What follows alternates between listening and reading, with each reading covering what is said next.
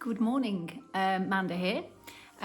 What we're going to do today is I'm going to explain, I'm going to unpack yoga basically, and I'm going to explain to you I'm going to try and simplify it. So yoga is not simple because it's a science.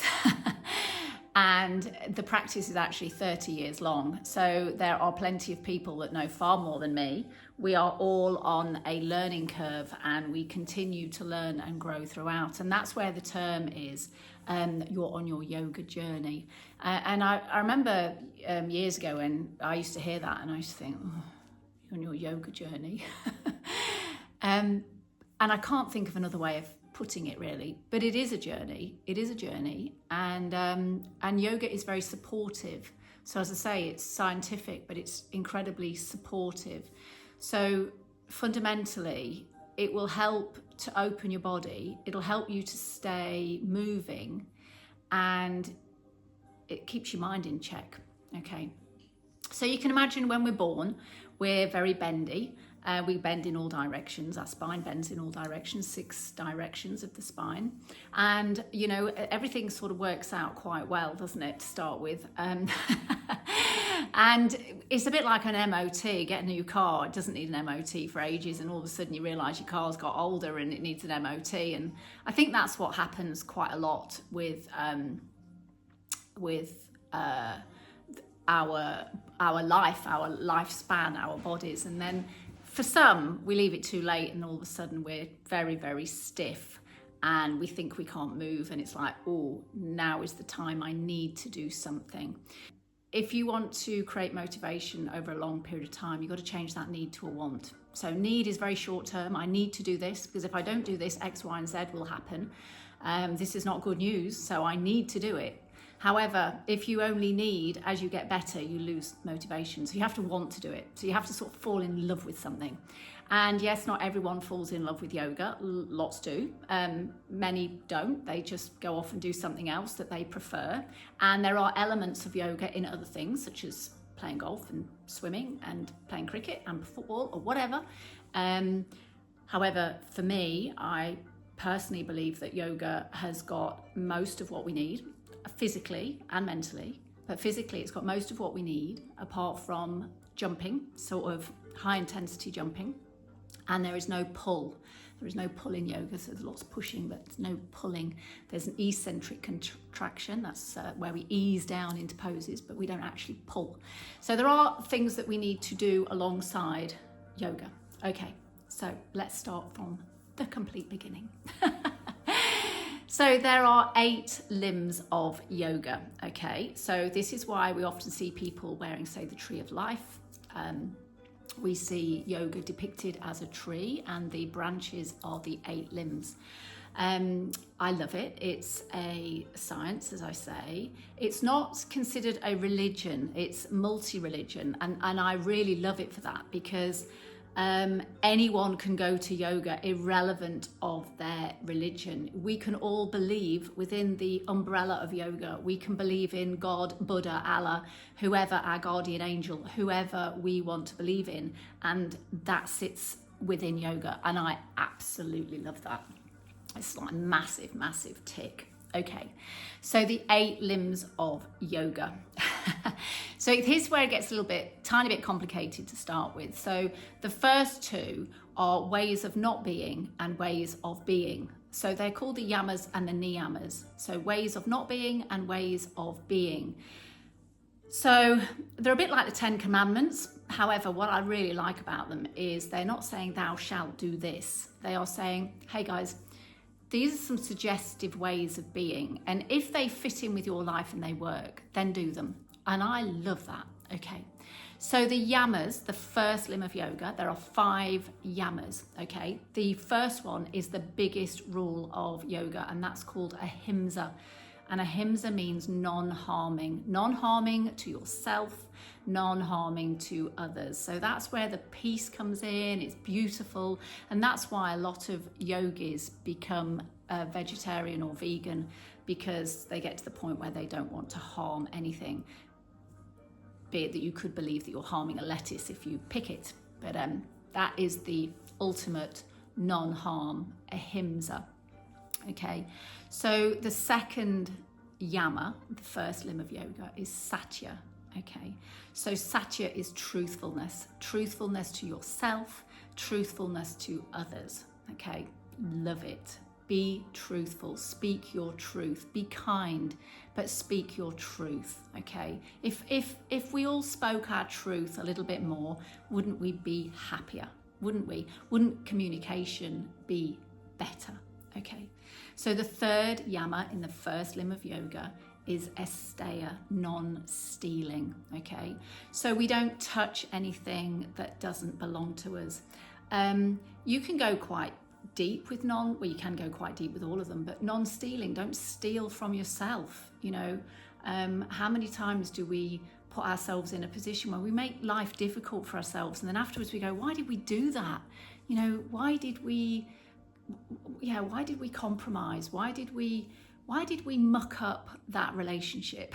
You know, why did we muck it up? Because what were we thinking of? We stole from ourselves. Okay, so it can go quite deep, it can go quite shallow, as they all can. But non-stealing, you know, wouldn't it be nice if you could just leave something on a park bench, or maybe not on a park bench, just on the ground, and know that nobody would ever touch it? This sort of taps into sort of Hinduism and a bit of, a lot of Ho'oponopono, Hawaiian philosophy.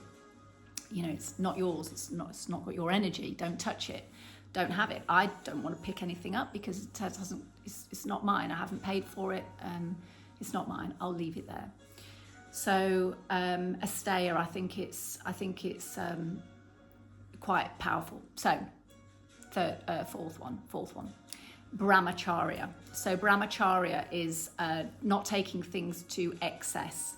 So yoga initially was for men only, and it was actually, the postures were created to create an army. So brahmacharya originally was not to have too much sex, basically. Yeah.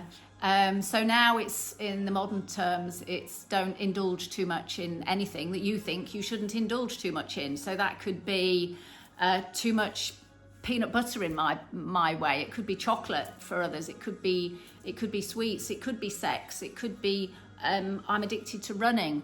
You know, do I need to rein it in a little bit? What am I doing too much of? Brahmacharya, what am I getting obsessed with? What needs reining in? It could be our behavior. It could be an emotion that we think of, that we create rumination, that we keep thinking of it over and over and over and over again. Is it not doing us any good? Let's rein it in. Okay, so the fifth yama in the first limb is called aparigraha, which means non-grasping, to let go. Okay, one of the most powerful things that you can do in life is to let go. Wake up today imagining that you have lost your memory, and and this is a new day. And if we look at this positively, that we woke up today having lost our memory, then everything is fantastic, isn't it? We don't carry anything from yesterday, last week, or last month. How amazing is that? So I love it. Let go. Just let go of things. If you do a pose, if you try and do a crow pose and you land on your face, let it go. Let it go. Just laugh it off. Who cares anyway? When we go to our mat, today, where we are today, right now, and not where we think we should be. Okay, so we keep it fresh, and we keep it in the now, right now, which connects to Buddhism. Okay, so that was the 5 yamas, the suggested things of not to do. So the niyamas are suggested things to do. So 5. First one is saucha. Saucha means cleanliness. Okay, so in cleanliness within our yoga practice, it could be have a shower before you practice. It could be clean your mat. Be in a safe and clean environment whilst you practice. How about where you live? Is it clean? Is it nice? How about your mind? Is your mind clean and clear? You know, very, very powerful. If we have a clear and clean mind, which we can get through our asana, our practice, then that can lead us to santosha. So santosha is the second of the niyamas. Santosha means contentment, happiness. How good is that? If we can get to that point where we feel accepting of life, accepting what is, we feel content with what is. Okay. How about I can remember having to go to a dance class. I hated it. I was a hockey player. Then we had to go to dance. We had to wear these awful navy blue big knickers. And I used to think, oh my goodness, I've got such fat legs. I used to hate my legs. And I used to look at the girls' legs at school and look at her lovely thin legs and my big fat legs. and it's about accepting, you know. My legs are a bit thinner these days, but it's accepting what you have. We're wonderful. We're amazing, actually. So that's santosha. So very much, accepting and in the now. So if we have a clear mind, and then we're accepting, and we have this. What's the word I'm trying to think of? We're happy with what is. Then we have a very good fundamental ground to grow upon. So the third niyama is tapas, which means fire. Love it. Get the job done. Get the job finished. Those books that you've not finished, that you're halfway through, finish them. It feels good. Finish them. That thing that you said you were always going to start it. Make the fire. Don't go and warm your bum next to someone else's fire. Go and make it yourself. Okay? Maybe you need to have this clear mind and this contentment to get to that place where that you can build that fire, okay? We can also use that fire within a yoga practice, very much yang yoga as opposed to yin. Yang yoga is physical, it makes us hot. So superb, really. Get that fire, get it done, build ourselves. Use that yang energy. Sometimes we want to be yin, sometimes we want to be yang. We could also say that it's like male energy as opposed to female energy. Step into it, get it done. Okay, so then we go on to svadhyaya. So svadhyaya is self-study. Okay, on the mat, we are having periods of time when we are still on the mat and we are thinking about how our body reacts, how it processes, how it feels. Okay, so we forget sometimes that when we practice yoga, we want to get out of our head and into our body, and we want to see how we feel. Okay, we've stopped feeling, we've stopped doing that. We keep doing and we're not feeling. We're not stopping to smell the roses. Okay, because we're in a world of faster, stronger, harder. Get it done now, be the first, be the best. Okay, what about if we slow down? If we slow down and we start noticing the way our body is, noticing and feeling what we need to feed ourselves. Okay, so svadhyaya, how amazing. Svadhyaya, if you can journal, that's really powerful. Just write your thoughts. A lot of people go, but what do I do? I don't know what to write. Write anything. Just write anything. Write about your day, your week, your month, whatever. Doesn't matter. Just pour it out. Pour it out on a piece of paper. Svadhyaya, self-study. You know, sometimes you write things just in the moment. It's called free writing. You just write. And sometimes things come out. You think, ooh, didn't think that was in there.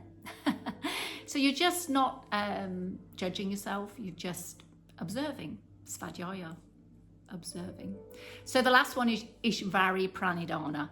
Ishvari Pranidhana is when there is something bigger, when you believe there is something bigger in than yourself.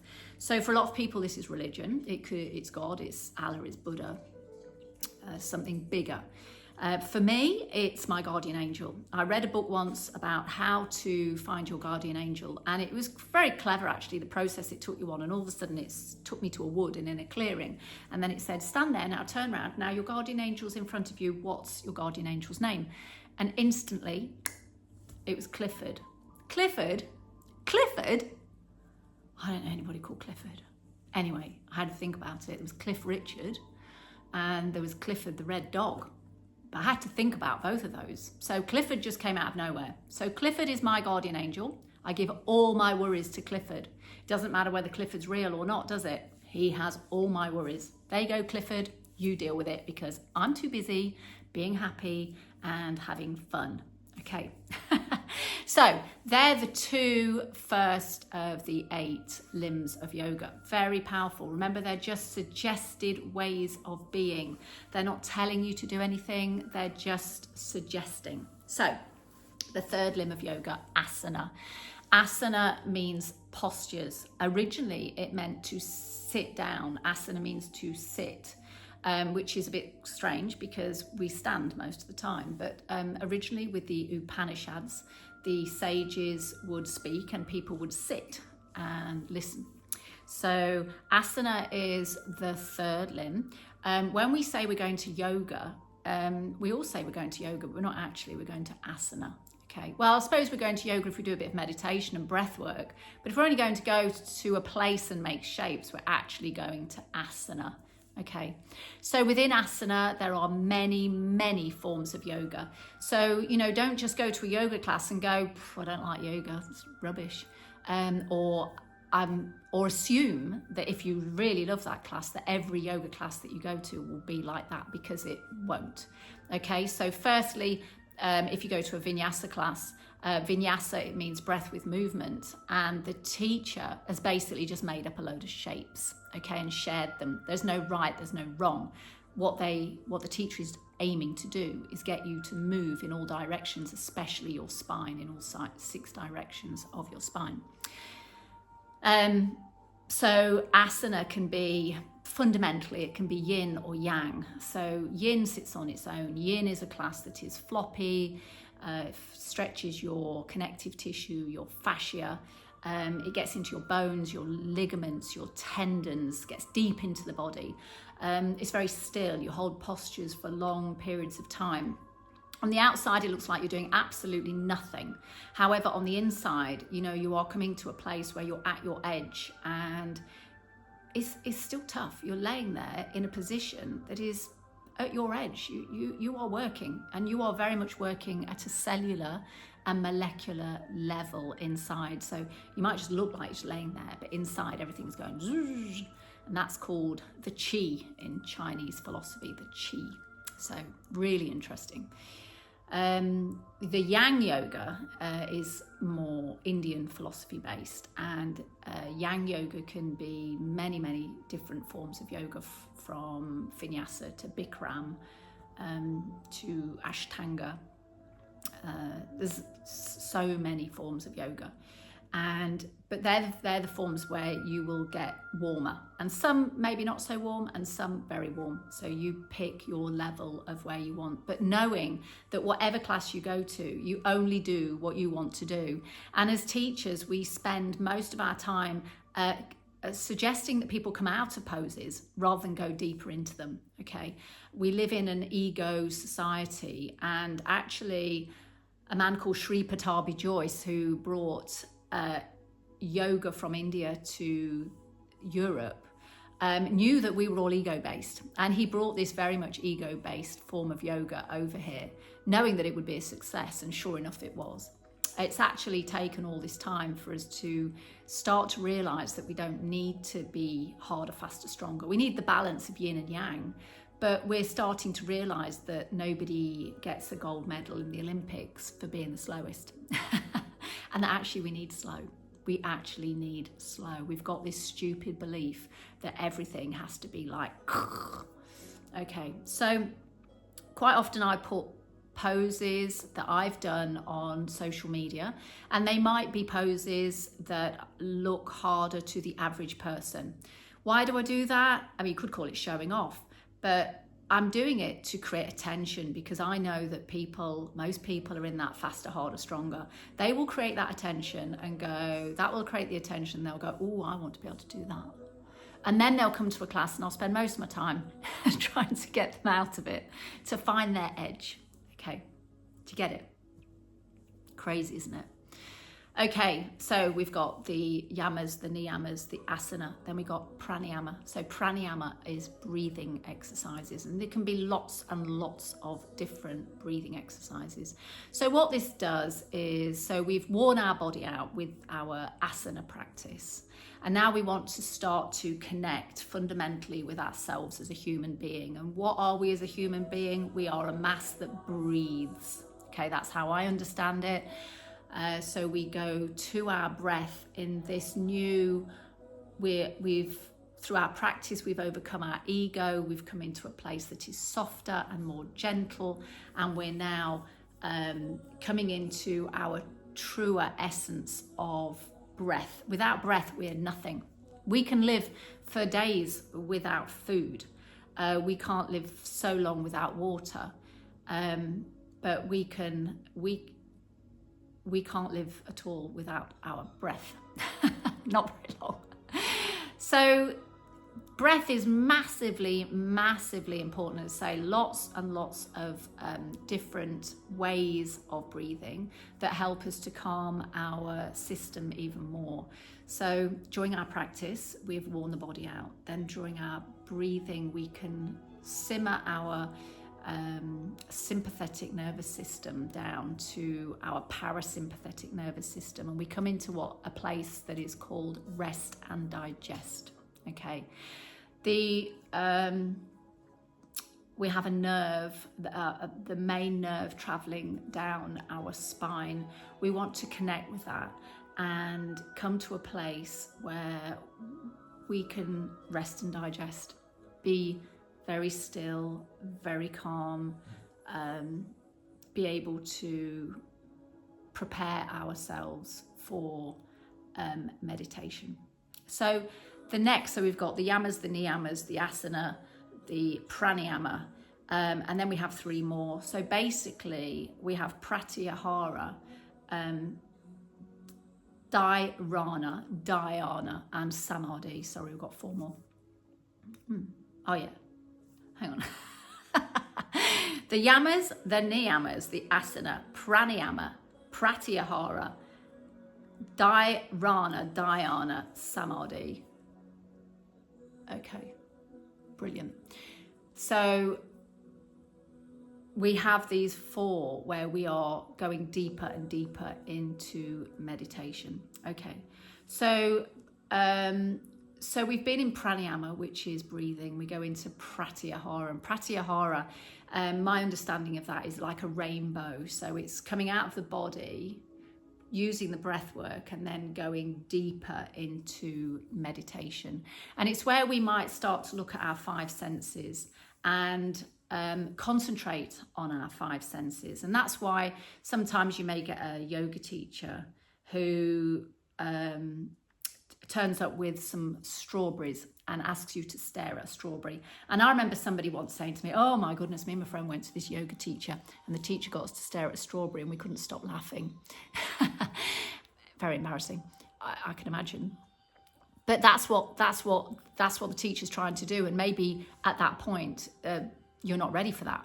But that's the yoga journey. That's where we are. So when you're ready and in that right place, you are in that right place where you've worn your body out, you've done your breathing exercises, you've transferred from your body into your breath, into your mind, and now you are ready to shut down your five senses. Very, very clever. So when we get into dhyana, we then might just pick on one sense and one thing, concentrate on that. And then we go into dhyana, which is very deep meditation. We're pretty much not thinking about anything. We might be thinking about that one little hair on part of that strawberry. Okay, so it's within. And I remember talking to somebody who was a very fantastic yogi, There's an old man, he was on the northern beaches, and he was saying to me, look into the ocean, Manda, and what do you see? And then what do you see underneath that? And what do you see underneath that? And what do you see underneath that? And then what do you see underneath that? And what he was trying to get at was, how deep can you go?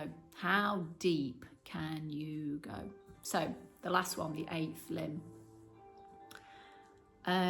is samadhi. So this is the place of pure consciousness, fulfillment, ananda.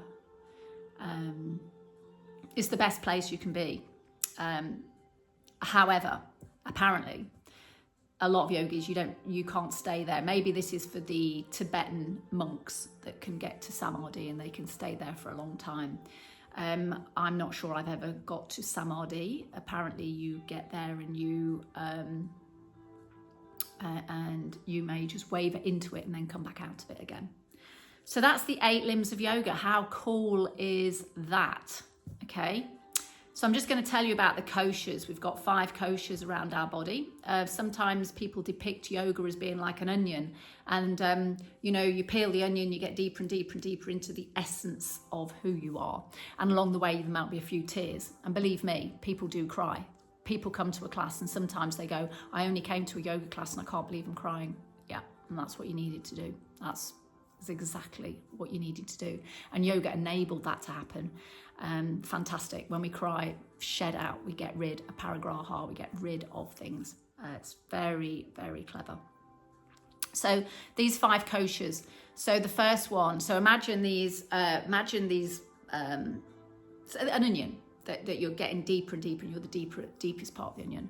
So the first kosha is when we're in our physical body. So people come along to yoga and they, invariably, they come up to me at the end and they go, do you know what? That wasn't as hard as I thought it'd be. And it's like, and I let them be there. Let them. There's a big let them at the minute. Look it up on YouTube. Let them be there. I'm not judging. I'm not here to judge you. That's where you are on your journey. Yeah, I thought that was easier than I expected it to be. Okay, great. You enjoyed it. You came, you got on your mat, and this is the start of your journey. Brilliant. So after a few weeks or maybe months, doesn't usually take years, something happens and you go from your physical body. So it's a bit like driving a car, first time you don't know if your pedals, you don't know what you're supposed to be doing, the steering wheel, the mirror, the indicator, what am I supposed to be doing? And yoga can be the same. It's like you're getting to know your body and you're in exactly the right place. You're getting to know there's too much going on. It's like, what do I do? What's she doing? What's he doing? Oh, don't know where I am. And then over time, you go deeper into your pranic body. So your prana is the Indian philosophy for your energy. So in Chinese philosophy, it's called qi. But in Indian, it's prana, so it's your pranic. And this is where people find their breath all of a sudden. They find their breath and they start moving with their breath. So it could be that they're not so puffed out, that they've got past their physicality, but they recognize that they're alive and they have a breath. So again, that vital energy. Without breath, we don't last very long. They found it. Because at the end of the day, it just happens, doesn't it? Along with everything else in our body that is just working on our behalf. If we're not aware, conscious, we're not aware that we're even breathing all day. So all of a sudden, somebody's found their breath. It can knock you. It can really knock you. And sometimes people start crying because it's like, I don't know what happened. But I just started crying. Yeah, great. Because what happened is you went from this first kosha into the next one. Okay, so then the next one is your emotional body. So, again, you might have been practicing for weeks, months, or even years in this one, and you've found your body, you are practicing, you're happy with that, and you found your breath, and you're starting to sort of get it. It's like, yeah, I get it, I get this yoga. And then all of a sudden, you get this powerful, oh my goodness, I am now aware of my emotions. Now, our emotions don't dictate us, they can dictate us. They shouldn't dictate us, but they can.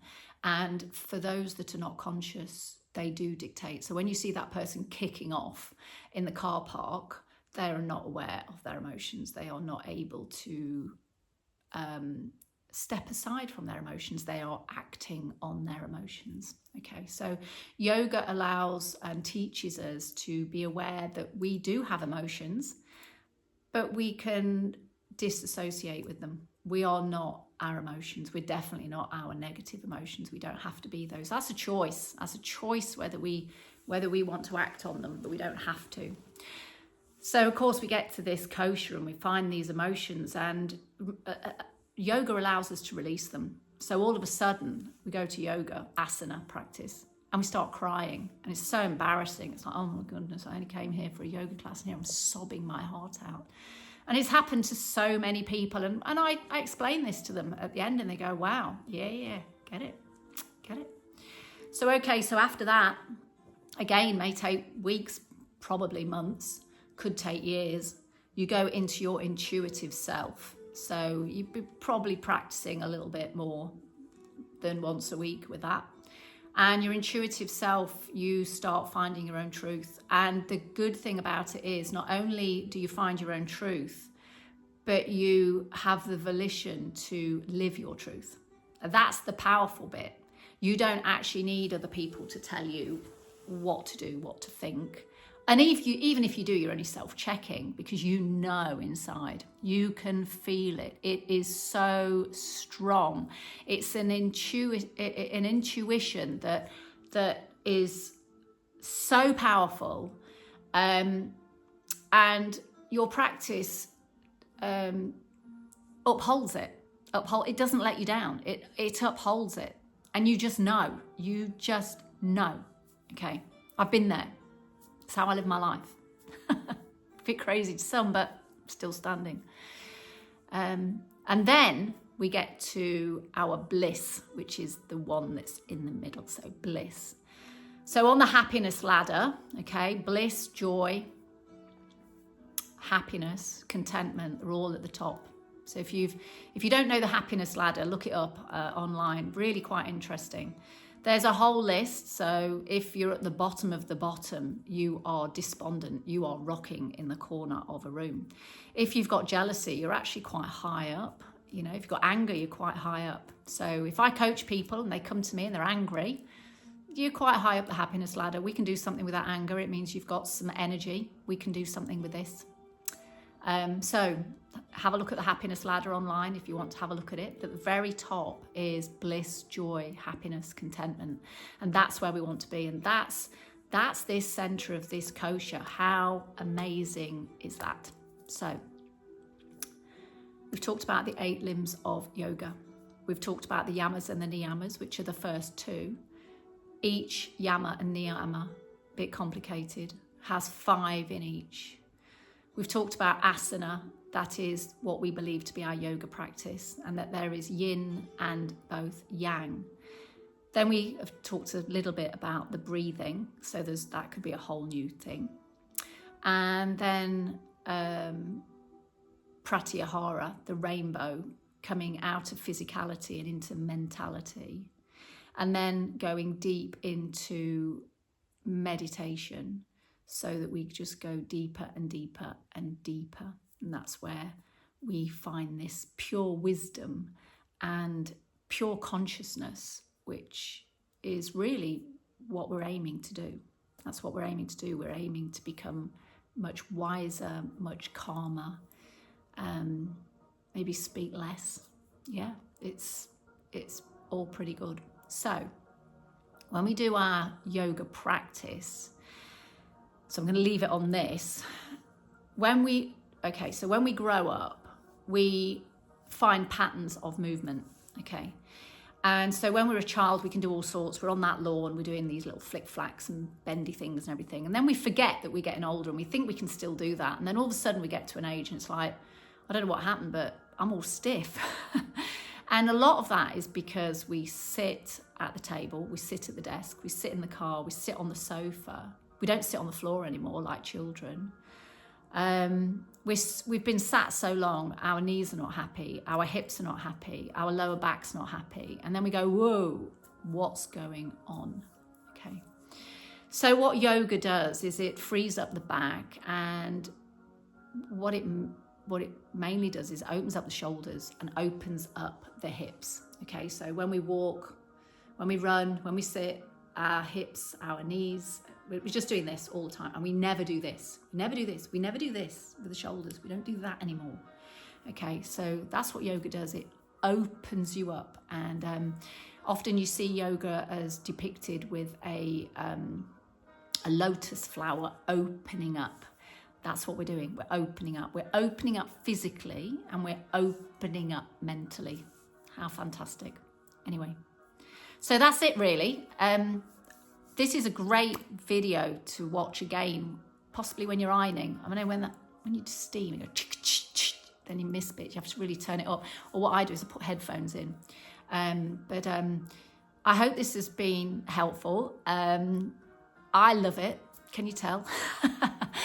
Yoga gets me into trouble and it gets me out of trouble. And it's a very, very good tool to have. That's all I can say. Physically, mentally, for life, forever. All right. Take care. Toodaloo.